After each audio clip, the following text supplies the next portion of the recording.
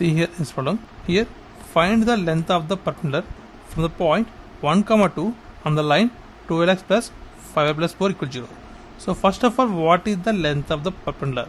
So let here a point is given, that is x1 y1 point, to a line ax plus by plus c equals 0.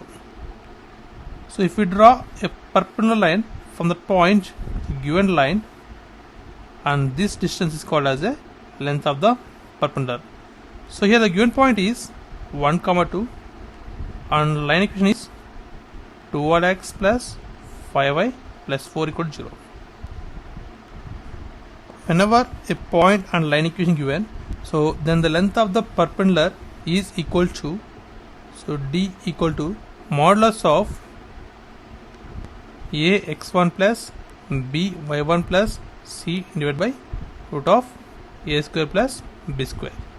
So from the data, this is x1 y1 point, and this here a is 2r and b is 5 and c is 4. Now substitute all the data in this equation, then we get the length of the perpendicular.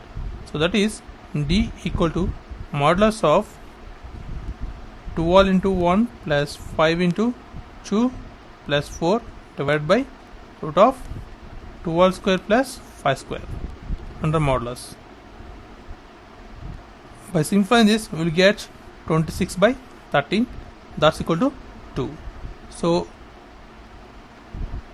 the length of the perpendicular for the given problem is 2. And this is the process of simplification. And thanks for watching. Please subscribe, like, share. Thanks.